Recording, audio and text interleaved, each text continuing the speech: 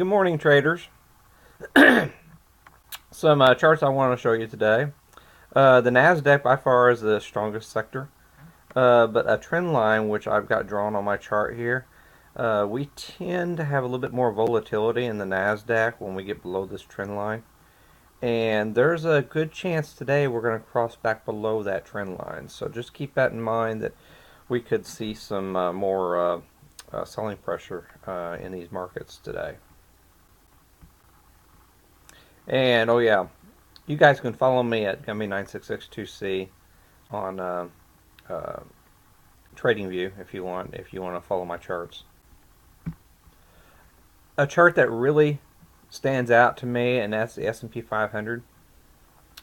And as of yesterday, you see these candles down here on volume. That was some of the highest volume we've seen yet this year.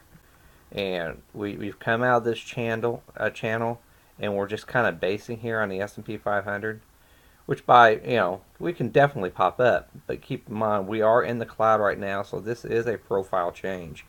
So basically that typically means that once you cross into the cloud, there's a whole sector of momentum traders that they're going to cash, or they're changing their methodology to aggressive trading. So just keep that in mind. There's a chance that we could either break this cloud, or of course, go higher. But I personally think that there's higher odds to break the cloud. Some trends that your dollar index just seems to be digesting down here, and in my opinion, there's a little bit more room to the downside for the dollar, which is supportive for our basic materials, XLB sector, and our crude oil. So just keep that in mind. Although this morning it seems like we're getting some responsive selling at this morning's pop on crude. Let me show you what I mean. Basically, you see this volume profile. This is on the this is the daily, or the weekly volume profile. Right here, we're starting to get higher volume, responsive volume on crude. And so far this morning, these red candles suggest, as soon as the volume picks up, that the crude's being rejected. So keep that in mind. And so far this week on our profile, crude prices are being accepted at lower prices, which we still have 2 days to go. So just keep that in mind, that crude seems to be resolving around 64.50, which would be outside the primary uptrend to end the week. So kind of bearish take for crude going into next week.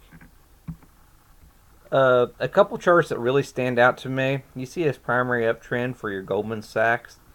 It looks to me like Goldman Sachs, it could be just a back test right now for this trend breakout, but it looks like to me that it's being rejected from the high above this primary trend line, and it could come down. But so far, the bonds and stuff are even this morning are holding up. So just keep a very close eye on your bonds for your financials. Well, I'm having trouble loading it here, but I wanted to show you on the city.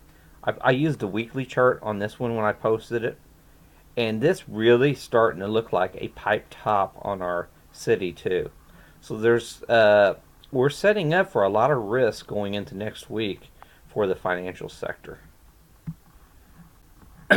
Now, I wouldn't jump into that short trade in the financials quite yet.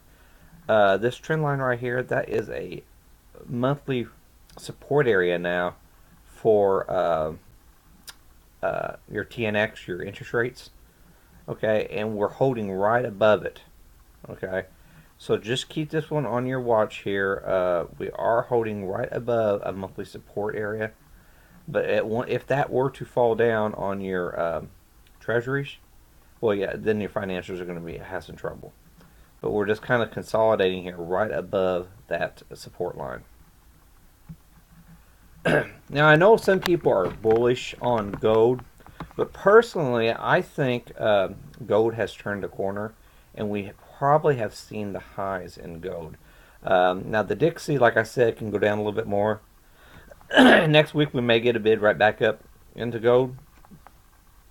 But so far this week, price is being accepted at lower levels on the volume profile. So just keep this one in mind here, that we're kind of filling out a big bell curve right here, and this is the price is being accepted right here in the middle. See how last week we had a double distribution, and now this week we're filling out the middle on gold. So just keep this in mind, and we have crossed over our primary uptrend line. So, but like I said, Dixie's is kind of hanging out, and if the Dixie starts to fall again, then gold's probably going to get a bid. So just keep that one in mind. Okay. Another area of concern coming into today. Now, I've already pointed out that the S&P, we got some problems there. The Nasdaq showing a possible increase in volatility starting today. The main thing that I'm really concerned about, and that is your Russell. We're right here on our Ichimoku support line, and we're trading right on that line right here in the pre-market. And it just cannot get a bid at all overnight. So there is a chance, because we're right here at the bottom of our volume distribution on the daily. Okay, so prices are right here at the bottom of the range for the week, or for the month. Okay, and let me go this short. Now, in our shorter time frame, you see what's happening here. See how our volume distribution, prices are being accepted at lower levels on our Russell, but like I showed you on the daily chart, we are threatening to break a significant support area on our Russell. So I have an alert set up here, and it looks like we're going to be testing that again today. So I'm not saying today it's going to break down, but I'm saying there's a lot of risk with the Russell, and they were really counting on an interest rate hike on the FOMC yesterday, which they didn't get. So just keep that in mind. We do have 3 weeks, well, basically 3.5 weeks of overlapping value here. So yeah, we may not see a major responsive sell-off, but I am pointing out that we are trading at or slightly below a major support area on the Russell. Okay. Well, I'll see you guys in the chat rooms and stuff, and good luck with your trading.